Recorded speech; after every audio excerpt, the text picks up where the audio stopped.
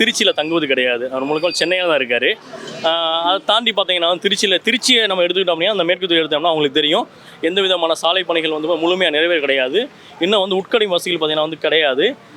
நான் இருக்கக்கூடிய இதில் வந்து 5th கிளாஸில் பார்த்தீங்கன்னா வந்து சாக்கடை பணிகள் முழுமையாக என்ன நடக்க கிடையாது. அவர் சார்ந்த தொகுதியான வந்து பஸ் ஸ்டாண்டே வந்து பார்த்தீங்கன்னா வந்து 60% பணிகள் தான் வந்து முடிச்சிருக்காங்க, அவசரமாக தொடர்ந்துருக்காங்க. அதனால் வந்து அவரை பற்றி வந்து சொல்லுவோம்னா சொல்வதற்கு எதுவும் கிடையாது. மக்களுக்கு செயல்பாடு நல்லா இருக்கான்னு மக்கள்கிட்ட கேட்டால் மக்களுக்கு இல்லைன்னு தான் சொல்லுவாங்க. சில விஷயங்கள் தவிர்க்க வேண்டியது மந்திரியாக இருந்து அவரை பற்றி வந்து சொல்லுவோம்னா சொல்வதற்கு எதுவும் கிடையாது.